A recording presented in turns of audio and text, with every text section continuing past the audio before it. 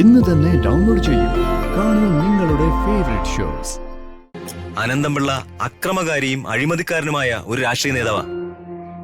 എന്റെ തല പോയാലും അയാളുമായി ഞാനൊരു കോംപ്രമൈസിനില്ല.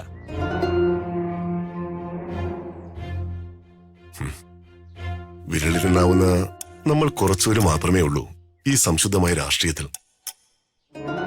കർമ്മനിരതരായ രാഷ്ട്രീയത്തിലേക്ക് വന്ന ആദർശ നിഷ്ഠയുള്ള സ്വാർത്ഥ താല്പര്യമില്ലാത്ത രാഷ്ട്രീയക്കാർക്കെല്ലാം ഇപ്പോ വംശനാശം വന്നു കഴിഞ്ഞു സാർ. ആയിക്കോട്ടോടോ, എന്നാലും എന്നെയും തന്നെയും പോലെ കുറെ പേരെങ്കിലും ഇപ്പോഴും ബാക്കിയുണ്ടല്ലോ. അത് മതിയടോ. തോറ്റാലും ജയിച്ചാലും ജീവിച്ചാലും മരിച്ചാലും ഇന്നുവരെ കാത്തു സൂക്ഷിച്ച ആദർശങ്ങൾ പണയപ്പെടുത്താൻ ഞാൻ തയ്യാറല്ല. ഇവന്റെയൊക്കെ സപ്പോർട്ടോടെ ഒരു ഭരണം നമുക്ക് വേണ്ട പ്രതാപ. എന്തായാലും എങ്ങനെയായാലും എന്നോടുള്ള പകയുമായിട്ടാ അവൻ തിരിച്ചു വന്നിരിക്കുന്നത്. ഒരു മൂർഖനാ സാർ അവൻ. പതിയിരുന്ന് ആക്രമിക്കാൻ വരാൻ മടിക്കില്ല. അങ്ങനെയാണെങ്കിൽ വർമ്മ സൂക്ഷിക്കണം. നിങ്ങൾക്ക് സ്പെഷ്യൽ സെക്യൂരിറ്റി അറേഞ്ച് ചെയ്യാം. ഏയ്, അതൊന്നും വേണ്ട സാർ. അവൻ ഫൈറ്റ് ചെയ്യട്ടെ, നമുക്ക് നോക്കാം. എത്ര ഇടവപ്പാതിയും മീനച്ചൂടും കർക്കിടകപ്പാതി രാത്രികളും കഴിഞ്ഞിട്ടാ നമ്മൾ ഈ വഴിയിൽ എത്തിപ്പെട്ടത്. മടിയിൽ കനമില്ലാത്തവന് വഴിയിൽ എന്തിനാ സാർ പേടിക്കുന്നത്? എന്നാ ഞാൻ ഇറങ്ങട്ടോടോ, സമയം വളരെ വൈകി. ആ സാർ വരൂ.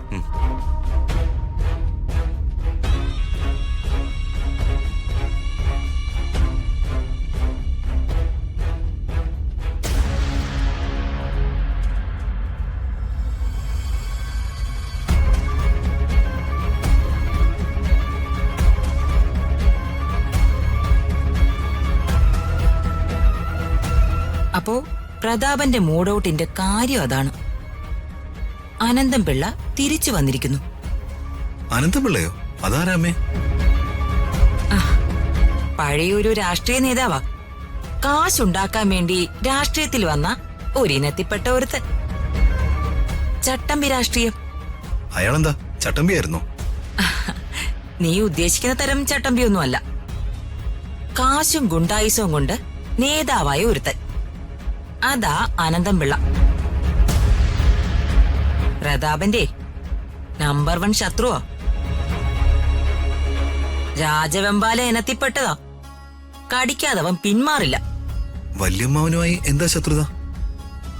പണ്ടേ ഈ അനന്തംപിള്ളയെ ശരിക്കൊന്ന് നോവിച്ചു വിട്ടതാ പ്രതാപൻ. ആ പ്രതികാരം കൊണ്ടായിരിക്കണം അയാളിപ്പോ തിരികെ വന്നിരിക്കുന്നത്.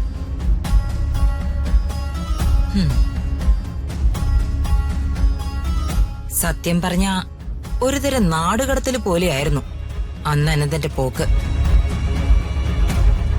പ്രതാപന് നേരെ അന്ന് അവന് ഒന്നും ചെയ്യാൻ പറ്റിയില്ല.